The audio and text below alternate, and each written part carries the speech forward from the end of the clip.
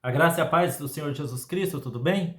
Houve um homem que nasceu em 1254, se não estou enganado, se não estou errando a data, ele viveu até 1272. O nome dele era São Tomás de Aquino. Tomás de Aquino, conhecido como São Tomás de Aquino, por ser um homem de grande envergadura espiritual, um homem santo, foi um grande teólogo e filósofo, foi o mestre da escolástica da Idade Média.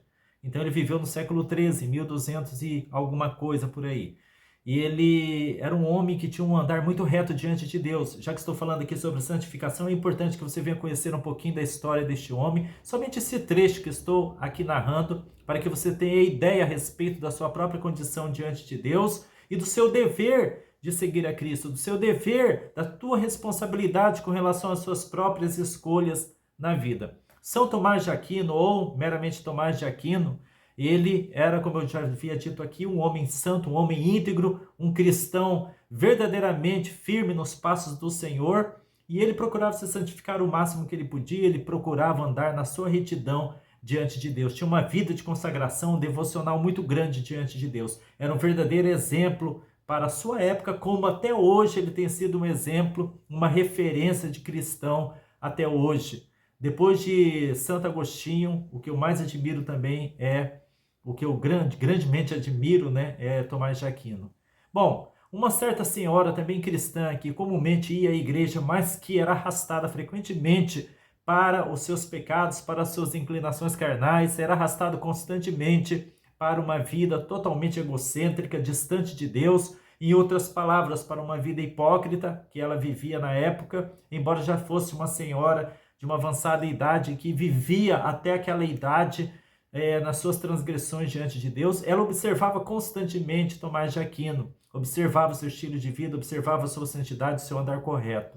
E um dia ela não aguentou, já perturbada por completo em sua consciência com relação aos seus pecados, a sua vida hipócrita, mesmo como cristã. Ela se aproxima de Tomás de Aquino e o encontra ali meditando, lendo a palavra do Senhor nos seus afazeres, trabalhando. E ela pergunta, lança uma pergunta ali, cuja resposta de Tomás de Aquino nos faz pensar muito e nos faz acordar. Ela pergunta para São Tomás de Aquino: Senhor, qual é o teu segredo? Qual é o teu segredo de tamanha retidão diante de Deus, dessa vida íntegra que o Senhor tem? Eu tenho observado por um longo tempo, eu tenho visto quão santo o Senhor é, eu tenho visto quão íntegro o Senhor é como um filho de Deus, como um cristão. Qual é o segredo disso? Ela achou que Tomás de Aquino, por ser um teólogo, por ser um pastor daquela época, por ser um grande homem de Deus, ia expor diante dos ouvidos dela, diante daquela mulher, um longo ensaio teológico, de modo que ela pudesse voltar para casa e analisar cada palavra daquilo que foi dito. Talvez ela tenha pensado: este homem vai me dar um grande estudo bíblico, de modo que eu venha compreender o segredo de uma vida santa. Mas não. Tomás de Aquino virou para aquela senhora e simplesmente disse, como resposta: queira. É isso mesmo que você acabou de ouvir. Queira. E ele retornou aos seus afazeres, aquilo que ele estava fazendo no momento. Foi a única resposta dele para aquela mulher, ansiosa por uma resposta, por um segredo com relação à santidade daquele homem. Queira. Ou seja, tudo que Tomás de Aquino estava dizendo para aquela mulher é o seguinte: você não é santa, você não anda na presença de Deus, você não abandona o pecado porque você não quer. Era isso que ele estava querendo dizer quando ele falou, quando ele respondeu, queira. Pois é a mesma coisa que Deus fala para cada um de nós. Nós temos mania de dar desculpas para os nossos pecados, para as nossas fraquezas, para a nossa falta de vontade de orar, para a nossa falta de benevolência para com o próximo, para a nossa falta de entendimento da Bíblia Sagrada, quando na verdade não nos falta nada disso. O que está nos faltando na verdade é boa vontade para irmos atrás de todas essas coisas e praticá-las. É isso que está faltando na nossa vida. A maioria das pessoas costuma se justificar seus próprios pecados, suas próprias fraquezas, dizendo: eu não consigo, eu não tenho força. Por trás do eu não consigo, pode ter certeza que está o eu não quero. Pode ter certeza disso. Afinal de contas, o que é fraqueza espiritual? Seria alguma enfermidade no físico, no nosso corpo físico, alguma doença? Não.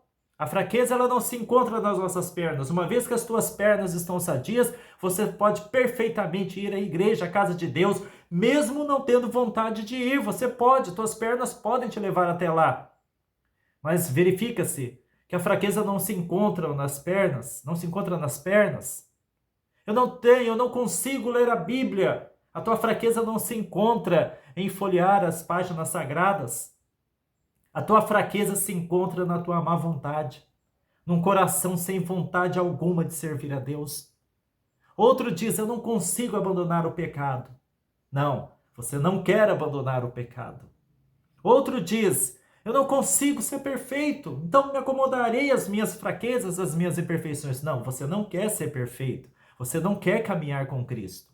Mas talvez você diga ainda, mas pastor Éder, como eu posso abandonar o pecado? Não é Cristo que quebra as cadeias do pecado? É verdade, você tem razão. Mas você quer ir até Cristo? Você quer realmente se entregar a Ele? Você quer realmente ter uma vida santa diante de Deus? Você quer realmente? Porque aquele que quer, insiste com Cristo. Você lembra do cego de Jericó, mendigando à beira do caminho? O que aconteceu com aquele homem?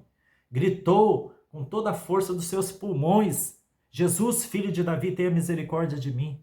E a multidão até tentou impedi-lo. Vocês conhecem essa história de trás para frente, porque ela é uma história, é um fato muito pregado dentro das igrejas. Multidões quiseram calar a boca daquele homem, mas tinha um diferencial naquele homem, que foi exatamente o diferencial que Jesus enxergou nele. Ele queria de fato. A vontade dele estava de fato direcionada em buscar aquilo que verdadeiramente ele queria e que sem o qual ele não poderia mais viver sem, que era a própria pessoa do Senhor Jesus Cristo, que era o único que poderia trazer resultados benéficos na vida dele. Ele queria de fato largar a mendicância, ele queria largar de fato a vida que ele vivia, uma vida de limitações. Então ele não mediu esforços, porque aquele que verdadeiramente quer, ele não enxerga o preço a pagar, ele enxerga apenas o resultado daquilo que ele quer, daquilo pelo qual ele está lutando. Aquele que verdadeiramente quer alguma coisa e quer de fato, ele não fica olhando para o quanto ele vai se sacrificar para conquistar aquilo, para conseguir aquilo. De fato, ele olha somente para aquilo que ele deseja. Então o problema se encontra na nossa vontade, uma vontade fraca, uma vontade influenciada por outros interesses, por outras motivações e não Deus. A própria palavra de Deus fala aqui para terminar em João capítulo 5, versículos 39 e 40. Examinais as escrituras, porque vós cuidais ter nelas a vida eterna, e são elas que de mim testificam. Então, no versículo 39, Jesus fala que nós devemos examinar as escrituras, nos encher do conhecimento da palavra de Deus, para que a nossa vontade seja fortalecida, animada, motivada pela busca da presença de Deus. Mas agora olhe o versículo 40, o versículo seguinte. E não quereis vir a mim para terdes vida. Como que é? O que Jesus disse? E não quereis vir a mim para terdes vida. Por que será que Jesus não falou, olha, analisai as escrituras, vão até as escrituras, alimentem-se das escrituras. Ah, mas eu esqueci, tem um problema, vocês não podem vir a mim. Eu esqueci disso, me desculpe, gente. Foi isso que Jesus disse? Não, não foi isso que Jesus disse. Ele falou, e não quereis vir a mim para terdes vida. É uma questão de querer, não é questão de poder, é questão de querer. Eu não posso, repete o outro, largar deste pecado, é mais forte do que eu. Tudo que você precisa é querer largar do pecado, e para isso você tem que ir até Cristo. Ele vai quebrar as forças do pecado sobre a sua vida. Você não pode, eu não posso me libertar por mim mesmo. Se pudéssemos, não precisaríamos de Jesus. Mas pelo menos queremos de verdade ir até Cristo. Queremos clamar como o cego de Jericó clamou? Às vezes, na maioria das vezes, não. Porque a nossa vontade está envolvida na má vontade, em outros interesses, na busca de outros interesses. Então o problema está no querer, na nossa vontade. E não quereis vir a mim para terdes vida. Então, queira verdadeiramente ir até Cristo. Queira verdadeiramente ser uma outra pessoa. Queira verdadeiramente superar teus obstáculos. Queira verdadeiramente. O que passar disso é mera desculpa da tua parte. Fiquem com Deus.